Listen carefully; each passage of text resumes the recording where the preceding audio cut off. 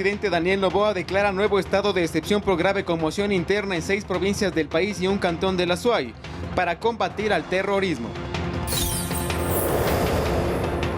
Primer mandatario dispone que Banecuador perdone deudas de hasta $5.000 desde el 1 de enero del 2016 hasta la fecha.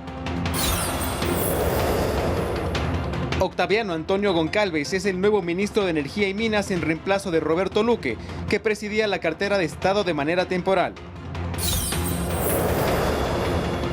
En lo internacional, el huracán Beryl de categoría 5 ya cobra la vida de 3 personas y avanza sobre el mar Caribe hacia Jamaica. Y en los deportes, después de lograr vestirse por primera vez con el maillot amarillo en el Tour de Francia, Richard Carapaz se enfrentó a la etapa 4 como líder de la carrera.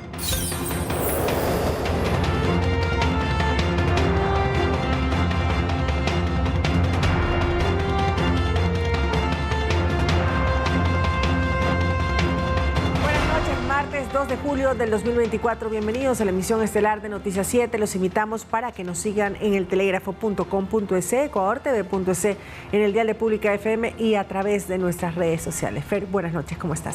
¿Qué tal, Meche? ¿Cómo te va? Un fuerte abrazo para ti y para todos. Gracias por acompañarnos esta noche acá en el Noticiero Estelar. Recuerden que en estos momentos ya aparece en sus pantallas el código QR que los invitamos, lógicamente, a que lo escaneen con su teléfono celular para acceder a información actualizada y verificada que tiene para ustedes el telégrafo digital. Acompáñenos, acá arrancamos con nuestra oferta informativa.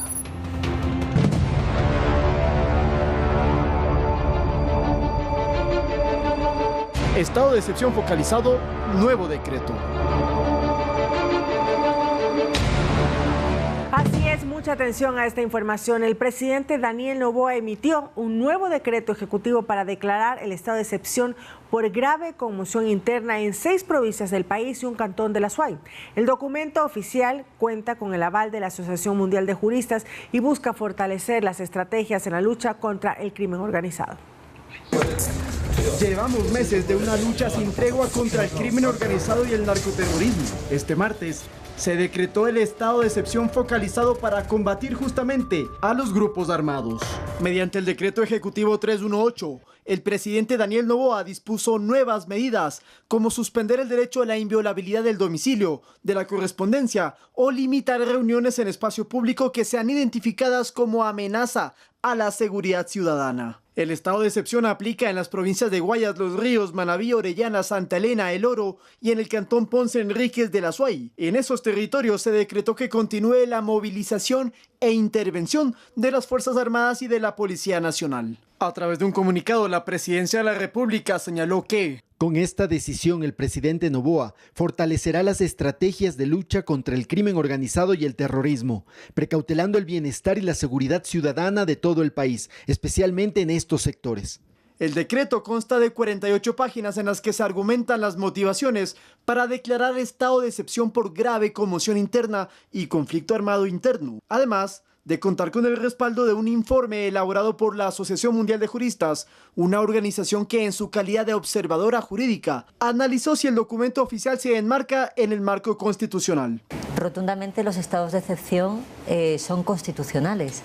Y como constitucionales que son, hemos estudiado profundamente los anteriores dictámenes de la Corte Constitucional, hemos estudiado los pronunciamientos y la adaptación de los estados, de los decretos presidenciales a la Constitución y a los dictámenes constitucionales, con lo cual debemos concluir que son rotundamente constitucionales. En una entrevista previa con Noticias 7, la fiscal española Elena Fernández agregaba que los fundamentos fácticos, es decir, cifras de los índices delictivos de las provincias focalizadas, sustentan la medida presidencial. Hay una serie de hechos que son objetivos y que no se pueden eludir.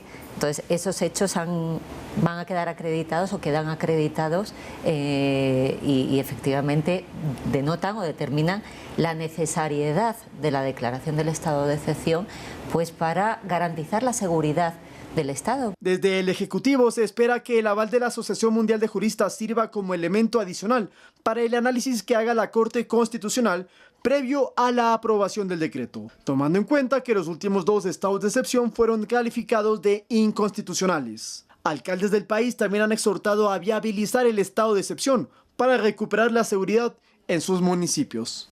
Lautaro Andrade Castro, Noticias 7. Y a propósito de este tema, en el siguiente reportaje conoceremos quiénes son la Asociación Mundial de Juristas y cuál es su rol como asesores técnicos ante naciones de todo el mundo y organismos internacionales. Veámoslo.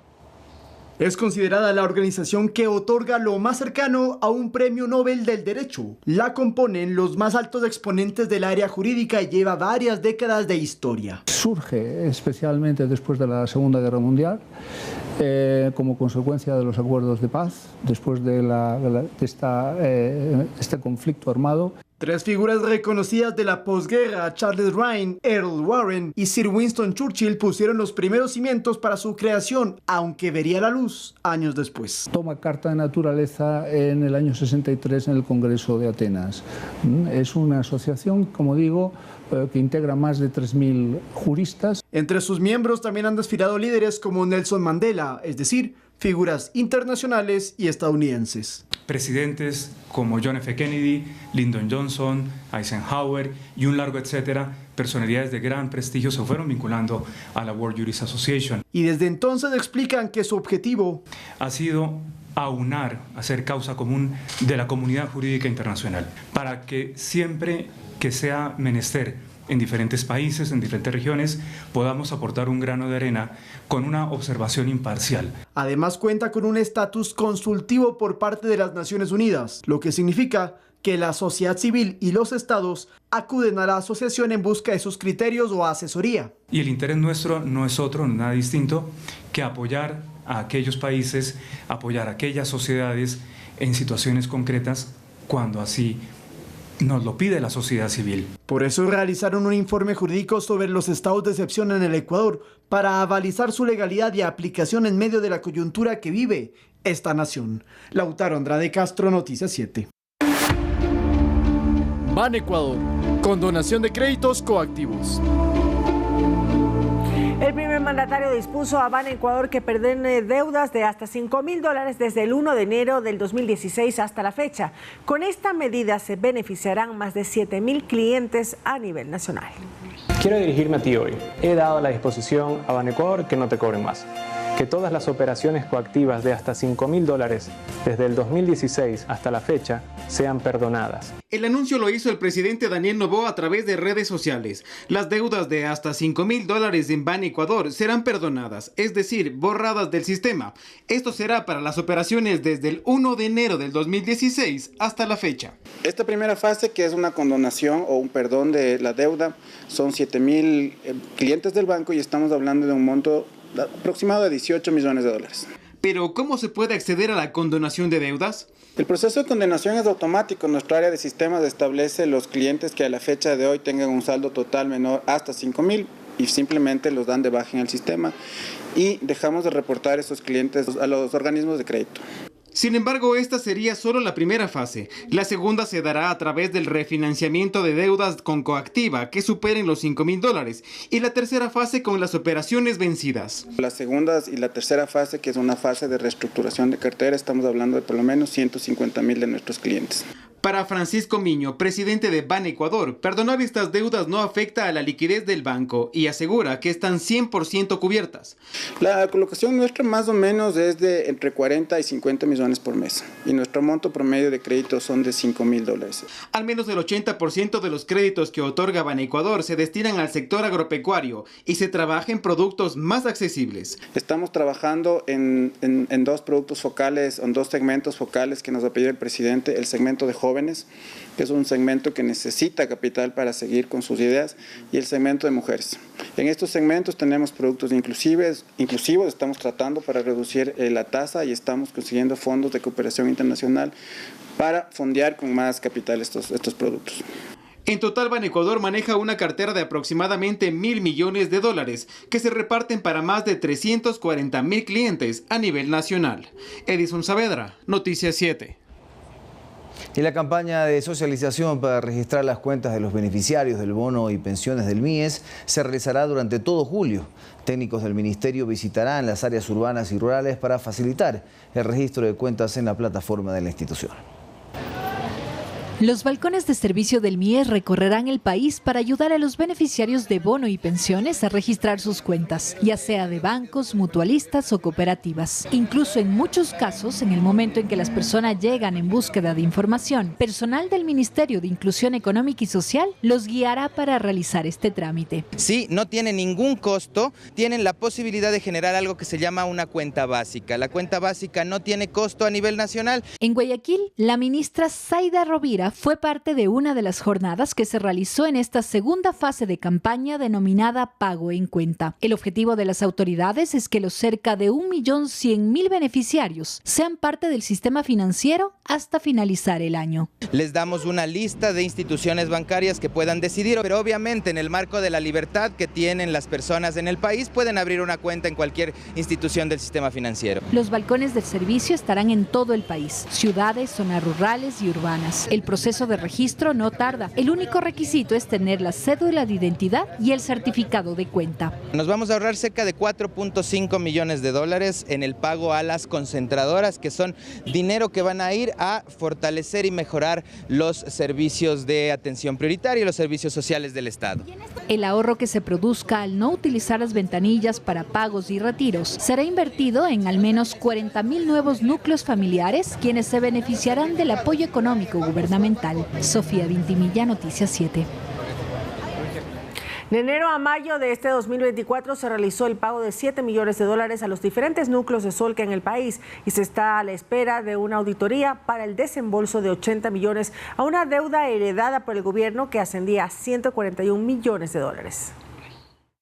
El presidente de la República, Daniel Noboa Sin, el pasado viernes dispuso al Ministerio de Economía y Finanzas desembolsar 100 millones de dólares de manera inmediata para pagos y atención en salud. Este monto debe ser entregado al Ministerio de Salud Pública para que se pueda garantizar la continuidad de los tratamientos de pacientes con enfermedades catastróficas raras o huérfanas, según dice el comunicado. Este martes 2 de julio, de manera telemática, compareció ante la Asamblea Nacional el ministro de Salud, Antonio Naranjo, para explicar los acuerdos de pago con las deudas heredadas del Estado que se tienen con los prestadores de servicios médicos externos, como Solca. Nosotros tenemos la obligación de remitir mensualmente al Ministerio de Economía y Finanzas la solicitud de presupuesto para el pago de las obligaciones de pendientes con los prestadores de la red pública, en este caso concretamente en relación a Solca. El ministro informó que ya se han desembolsado 7 millones de dólares hasta el mes de mayo para todos los núcleos a escala nacional de Solca. Además, está en espera la culminación de una auditoría por parte del Ministerio de Economía para el desembolso de 80 millones. Esto para cubrir una parte de lo que se adeuda a Solca. De que de estos 121 millones de dólares, 40 millones se encuentran aún en proceso de auditoría dentro de lo que habíamos mencionado anteriormente, y son 80 millones los que efectivamente son los valores auditados, esperando el pago del Ministerio de Salud, de Finanzas.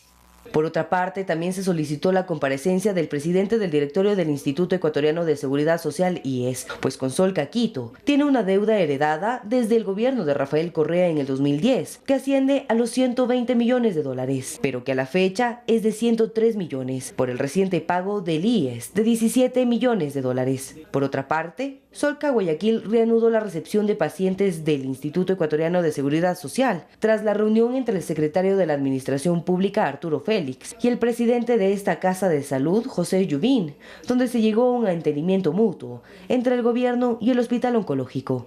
Manuela Bedón, Noticias 7. Asamblea Nacional. Y les contamos que la Asamblea no definió este martes la aprobación del proyecto de reformas legales al Código Orgánico Integral Penal y a la Ley de Extinción de Dominio derivadas de la última consulta popular y referéndum. La Comisión Ocasional analizará en un máximo de 48 horas las observaciones planteadas en el segundo debate para incorporarlas para la votación final, que será esta misma semana. La sesión se desarrolló este martes de forma telemática. En el segundo debate del informe de las reformas legales al Código Orgánico Integral Penal y a la Ley de Extinción de Dominio, intervinieron 9 asambleístas, quienes presentaron observaciones a la propuesta gubernamental de incremento de penas para ciertos delitos. La vicepresidenta de la Comisión Ocasional, Lucía Pozo, dijo que el documento recoge el pronunciamiento ciudadano materializado en las urnas del pasado 21 de abril. Esta, señor presidente y colegas legisladores, es una solicitud de los ecuatorianos. Es una necesidad de todos los ecuatorianos. Nosotros los representamos en el Pleno de la Asamblea Nacional. Creo que estamos absolutamente conscientes con lo que acaba de suceder ahora y con lo que pasa todos los días en el Ecuador. Steven Ordóñez, de la bancada de ADN, expuso que las reformas analizadas son una herramienta para que los delincuentes sientan el peso de la ley en toda su fuerza. Asimismo, estamos reformando el 474.2 y 474.3 del COIP, donde te habla claro, toda arma confiscada, decomisada, encaletada, enterrada u oculta tiene que pasar a manos de las Fuerzas Armadas o de la Policía Nacional. Desde la bancada socialcristiana se dijo que estos cambios legales per se no lo son todo. Vicente Tayano insistió en hacer una revisión del incremento de penas acorde al principio de proporcionalidad.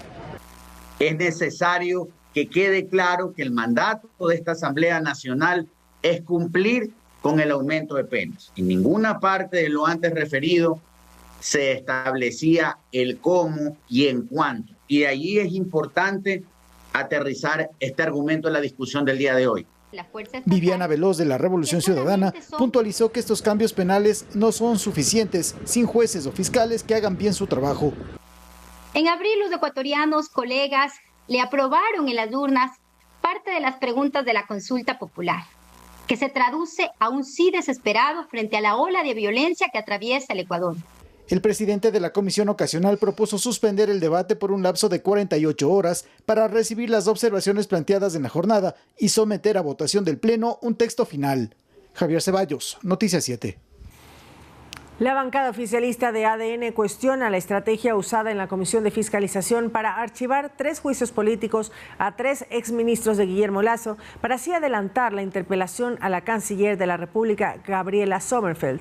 La titular del Frente Diplomático es señalada de presunto incumplimiento de funciones. Veamos. Natalie Farinango, integrante de la bancada oficialista, considera que esta estrategia adoptada en la Comisión de Fiscalización es una señal más de que una mayoría móvil conformada por el Partido Social Cristiano, Construye y Revolución Ciudadana quiere a toda costa empañar y entorpecer la gestión del presidente Noboa. Bueno, es lamentable, ¿no? Porque una de las competencias principales de la Asamblea Nacional es la fiscalización y se han retirado las firmas de personas que en su momento adecuado apoyaron la fiscalización y luego si consideraban que no habían las pruebas suficientes para no censurar a los ministros, simplemente no daban los votos en el Pleno, pero que sigan el proceso correspondiente. Ahora han retirado las firmas, dejando sin efecto los procesos de fiscalización de exministros del señor Guillermo Lasso. Considera como una jugada sospechosa el que se hayan archivado los procesos de juicio político en contra de Pablo Arosemena, exministro de Economía de Guillermo Lasso, Andrea Montalvo, exsecretaria de Educación Superior, y de Sebastián Corral, exsecretario de la Administración, que estaban a la cola de las interpelaciones en esta mesa legislativa.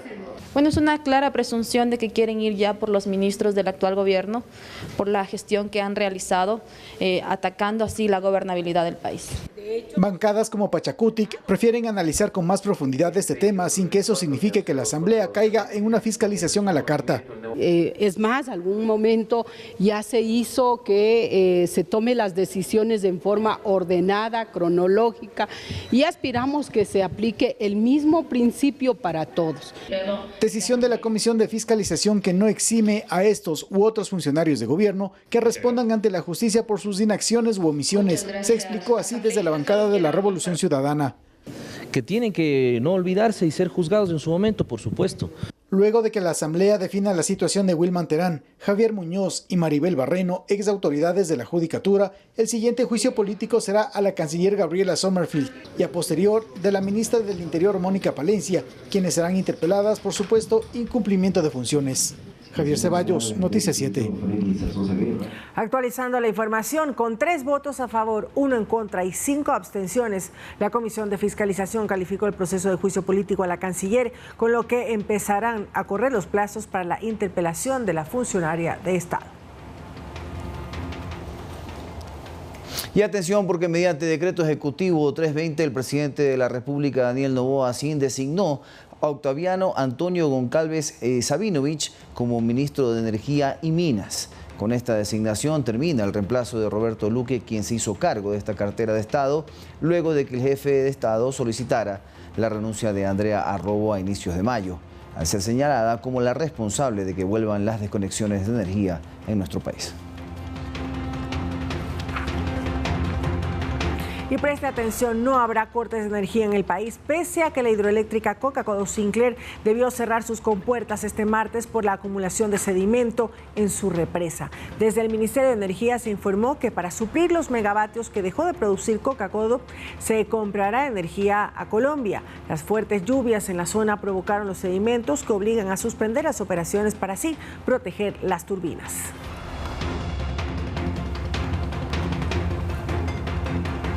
Y el Ministerio de Transporte y Obras Públicas anunció la tarde de este martes que mucho antes de lo previsto concluyó la instalación del puente Bailey en el sector de la Merced, en la vía Baños-Puyo, lo que permitió habilitar la circulación vehicular en esta zona que conecta la Sierra Centro con la Amazonía.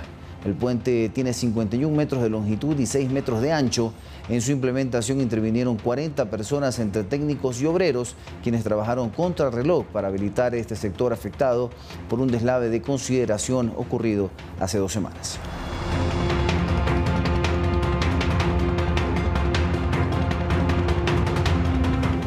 Y es momento de hacer una pequeña pausa.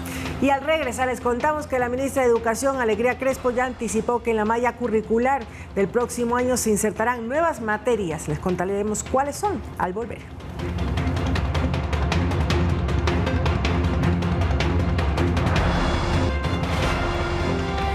De regreso con más información, amigos. La ministra de Educación, Alegría Crespo, anticipó que en la malla curricular se insertarán nuevas materias como cívica o educación financiera.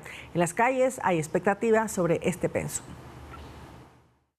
Del respeto a los símbolos patrios se ha hablado bastante en las últimas semanas. Sobre todo hay que respetar a la ciudadanía, a la patria donde uno vive, donde uno crece. Hay una materia que dictaban hasta hace algunos años, se llamaba cívica y se refería justamente al amor al país. Sirve mucho para la vida y para el trabajo y para la vida estudiantil en general.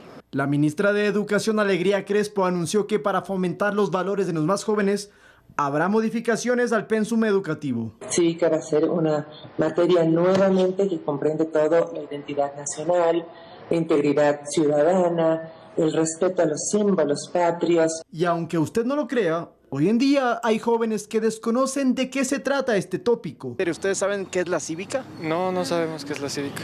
Por eso en las calles se escuchan comentarios positivos a que se vuelva a impartir esta asignación. Está bien, es bueno porque los jóvenes tienen que volver a tener este tipo de materias para saber todo lo que tenemos nosotros como país desde el principio, ¿no? Pero además, en la nueva malla del Ministerio de Educación se preparan otras inserciones calificadas como importantes por la propia ministra.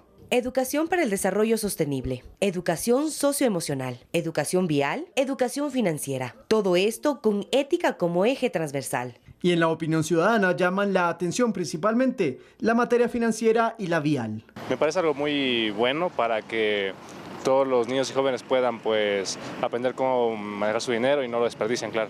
Sería interesante saber porque mucha gente no sabe ni siquiera coger un transporte de bus, entonces sería importante saber eso. Creo que las nuevas materias tienen que ir en función de las nuevas metas, las nuevas ideas tecnológicas. Me parece que debe haber una constante actualización. El Ministerio de Educación ya trabaja en estas inserciones que podrían aplicarse pronto en los próximos años lectivos. Lautaro Andrade Castro, Noticias 7. Asambleístas de la SUAY presentaron en Fiscalía una noticia a criminis para que se investigue los supuestos negociados que tendría Rosa A., sindicalista y funcionaria pública, en el hospital del IES en Cuenca. Según denuncias, al menos 15 familiares de la funcionaria estarían trabajando en la institución. Los legisladores alertaron incluso de un posible riesgo de fuga. Un presunto caso de corrupción en el Hospital José Carrasco Arteaga del IES en Cuenca llegó a la Fiscalía de la mano de 5 asambleístas de la SUAY, quienes piden se investigue a Rosa A., auxiliar de enfermería y secretaria nacional del Sindicato de Trabajadores del IES. Se trata de posibles negocios, supuestos negocios internos que tiene una familia de la señora Rosa Argudo dentro del hospital del IES. Entre otras cosas que detectamos, por ejemplo, el convenio que tiene su hija sobre las máquinas expendedoras que no estarían únicamente en el Hospital José Carrasco Arteaga, sino en otros hospitales del país. En días pasados, los legisladores llamaron a comparecer a la funcionaria, donde le preguntaron sobre denuncias de presunto nepotismo, pues varios familiares estarían trabajando en la institución.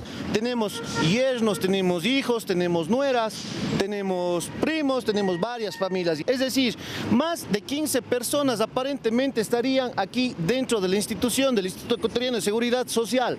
Todo esto tiene que ser investigado. Alertan que los involucrados estarían solicitando vacaciones y permisos para salir del país y así evadir a la justicia.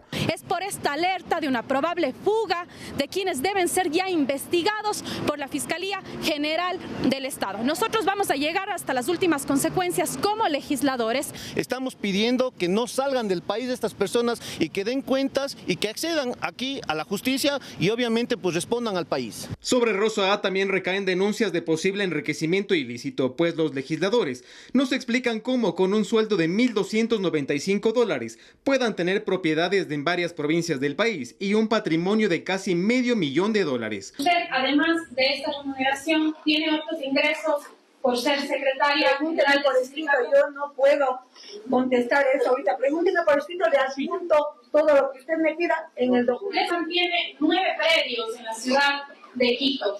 ¿Es cierto o no? Están a su nombre.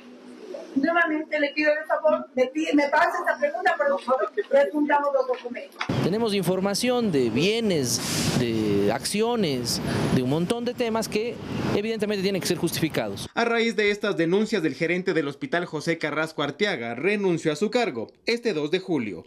Edison Saavedra, Noticias 7. El IES implementa el plan de fortalecimiento de establecimientos de salud, ampliando las cirugías programadas los fines de semana en los hospitales de especialidades Teodoro Maldonado Carbo, en el Hospital General del Norte de Guayaquil, Los Ceibos, en el Hospital General de Manta, Hospital General del Sur de Quito y el Hospital General San Francisco. En estas casas de salud se sumará la atención médica los fines de semana, incluyendo al Centro de Especialidades Comité del Pueblo. Esta disposición, que rige desde este mes de julio, tiene como objetivo reducir los tiempos en la lista de espera para las cirugías programadas y así mejorar la atención de las citas médicas de consulta externa.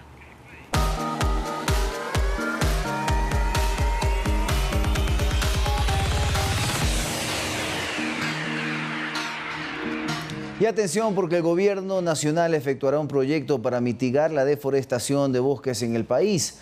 Esto a través de un contrato entre Ecuador y Alemania con un aporte financiero por 23.4 millones de euros. Veamos.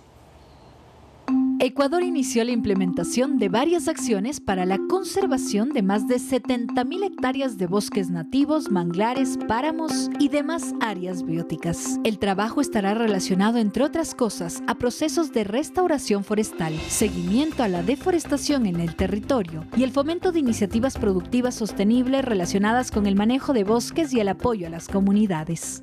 Cada acción que ponemos en marcha a través del Ministerio del Ambiente, Agua y Transición Ecológica está enfocada en la protección de nuestros ecosistemas, en la lucha contra el cambio climático y, por supuesto, en mejorar la calidad de vida de todas las familias ecuatorianas. El objetivo es fortalecer los planes de reducción de emisiones de gases de efecto invernadero derivados de la deforestación y la degradación de bosques en nuestro país. Recalco que la línea del gobierno del presidente Daniel Noboa está enfocada en resolver la calidad de vida de las familias ecuatorianas, garantizando la protección de nuestro patrimonio natural. Es por ello que con cada acción que promovemos evidenciamos que la conservación es un vehículo de desarrollo social, capaz de generar cambios positivos en los ciudadanos, generar empleo y salvaguardar el medio ambiente.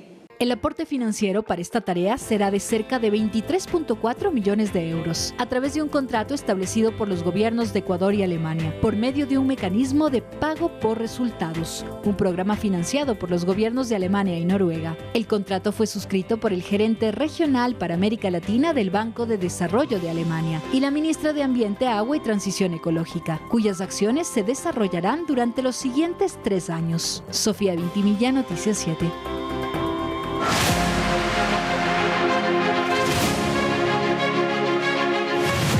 Vacunas virus papiloma humano.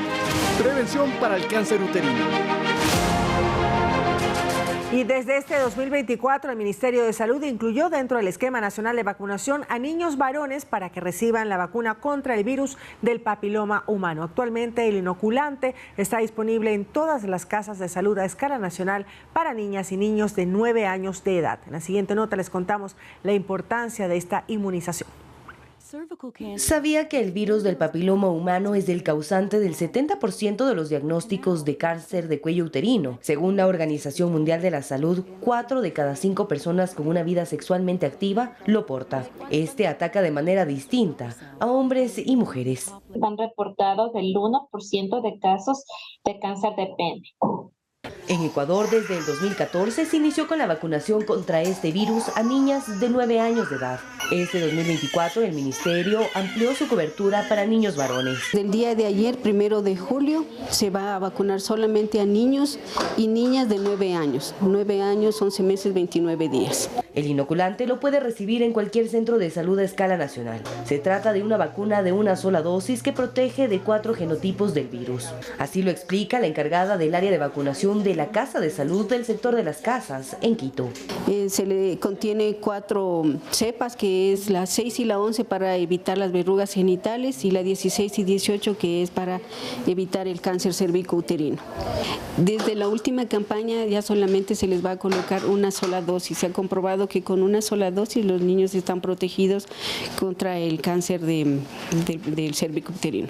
El horario de atención es de lunes a sábados de 7 de la mañana a 3 de la tarde y debe acercarse con el documento de identidad del menor y el carnet de vacunación si es que cuenta con uno. Entre mayo y junio, el Ministerio realizó una campaña de vacunación en escuelas y colegios con el objetivo de inocular a más de 500,000 de menores. Según los datos de esta Casa de Salud, la población femenina infantil que debía acceder al inoculante contra el virus del papiloma humano, únicamente un 50% lo hizo. Según el personal de salud, se debe a la falta de información de los padres que no autorizaron que los niños sean vacunados. Entonces sí nos preocupa porque esta vacuna es súper importante y los padres no aceptan, no autorizan la vacunación en sus niños y niñas. Dentro del sistema de salud público se ha definido este grupo etario, ya que es una edad en la que aún no se ha iniciado la actividad sexual. La población adulta también puede inocularse. En nuestra siguiente entrega le contaremos los beneficios y dónde puede hacerlo. Manuela Bedón, Noticias 7. Quito es un destacado centro turístico que ahora busca potenciar su atractivo convirtiéndose en un destino turístico inteligente. Para lograrlo, la Carita de Dios está adaptando el modelo de Seguitur de España, que valora una serie de requisitos e indicadores para asegurar una gestión turística innovadora y eficiente. Veamos. Quito, la Carita de Dios, busca convertirse en un destino turístico inteligente con la implementación de un modelo innovador proveniente de España, reconocido a nivel internacional. En España lo que usted puede reflejar sobre todo es el posicionamiento del destino turístico como uno de primera línea en Europa, ¿no es cierto? Ellos han pasado a recibir el año anterior, luego de certificarse como destino turístico inteligente, han pasado a recibir 84 millones de turistas en un año. Según las cifras oficiales del municipio, en 2023, la capital recibió 630,000 visitantes, siendo el mejor año para la oferta turística. Además, fue seleccionado por el World Travel Award como la mejor oficina de turismo de América del Sur. Por lo tanto, aspirar a ser un destino turístico inteligente mejorará la gestión y competitividad del sector. Para nosotros es importante incorporar nuevas tecnologías de información que nos permita generar, por ejemplo, rutas turísticas inteligentes que nos permiten a nosotros garantizar que nuestros visitantes puedan tener el disfrute más amplio de la ciudad. El proceso de transformación de Quito incluirá un análisis exhaustivo de la información proporcionada por el municipio, siguiendo la metodología de Seguitur, que está vinculada a 206 indicadores que no solamente son turísticos, que hablan de seguridad, de la capacidad competitiva, que habla de la parte urbana, que habla de los equipamientos, de los servicios públicos.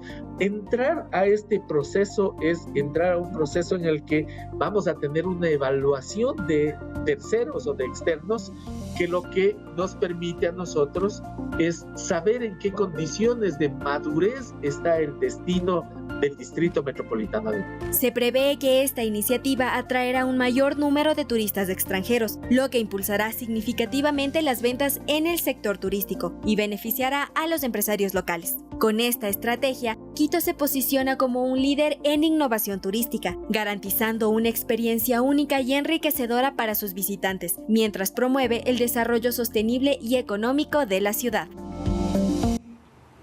Hoy es el Día del Periodista Deportivo, por lo que decidimos no solo felicitarlos, sino también preguntarles sobre lo difícil que puede llegar a ser su oficio, sobre todo cuando de festejar goles se trata. Vamos a ver. Del periodista deportivo, y sí, nosotros tenemos algunos de los mejores periodistas deportivos. Créansela, muchachos, es verdad lo que estoy diciendo, exactamente. ¡Sí! ¿Van a festejar en la casa o no? Oye, qué gusto, claro que vamos a festejar, pero vamos a festejar los 16 años de Liga Campeón de la Libertadores, que coincide no le creo. Con el Día del Periodismo. No, pues. Salgan a festejar. Sobran motivos para festejar, exactamente. ¿Le gusta? ¿Está seguro que se quiere meter esto? No, sí, claro, me gusta, pues, por esto estoy aquí. ¿Qué estás haciendo para vos, para mí? No, las experiencias, sobre todo cuando uno se va a la cancha. Creo que eso es lo que más disfrute. ¿Ah, sí? No, el periodista deportivo. Ahí cerca del jugador. Cerca del jugador. Estar entrevistando, ir a ruedas de prensa. Me pongo nervioso, llama esta cosa, boludo. Los jugadores de fútbol son complicados, vea. Sí, son complicados. Por ser rico, por ser guapo, las personas tienen envidia de mí.